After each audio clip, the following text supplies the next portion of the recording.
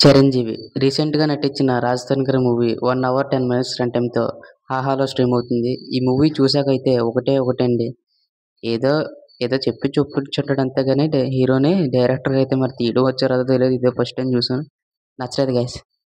Movie story విషయానికొస్తే main plot ఏంటంటే హీరోకి తన మీద ఎంతైతే బతుకుతారో అనేది తెలుస్తుందన్నమాట. ఓల్డ్ మూవీస్ ఉంటాయి. 'శివాజీ' గారి మూవీస్ గట్టా ఇయన్నీ ఉంటాయి. అదే తీసుకున్నట్టున్నారు కాన్సెప్ట్ గాని మూవీ స్టోరీ న్యూస్‌కైతే ఏమీ లేదు.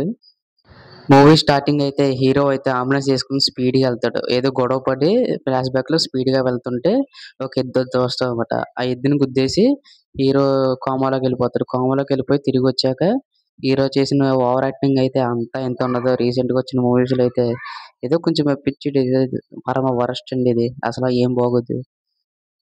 ఇంకా హీరో యాక్టింగ్ అంటారా? అబ్బే! దరిద్రం. అబ్బే! ఏం బాగోదసల. హీరోయిన్ అయితే ఎందుకు ఎట్టారో కూడా తెలీదు. అసలు హీరో కూడా తెలీదు ఎవరికిని. స్టోరీ అయితే పెద్ద ఏమి ఉండదండి ఇది. రీసెంట్‌గా జరిగిన స్టోరీస్ అంటేనే రొటీన్ స్టోరీగా తీశారు. నచ్చలేదు గైస్ ఈ మూవీ అయితే. వన్ టైమ్ వాచబుల్ అయితే మీరు చూడండి. మన ఛానల్‌కి ఎవరైనా వస్తే సబ్స్క్రైబ్ చేసి లైక్ చేసేయండి. సపోర్ట్ చేయండి.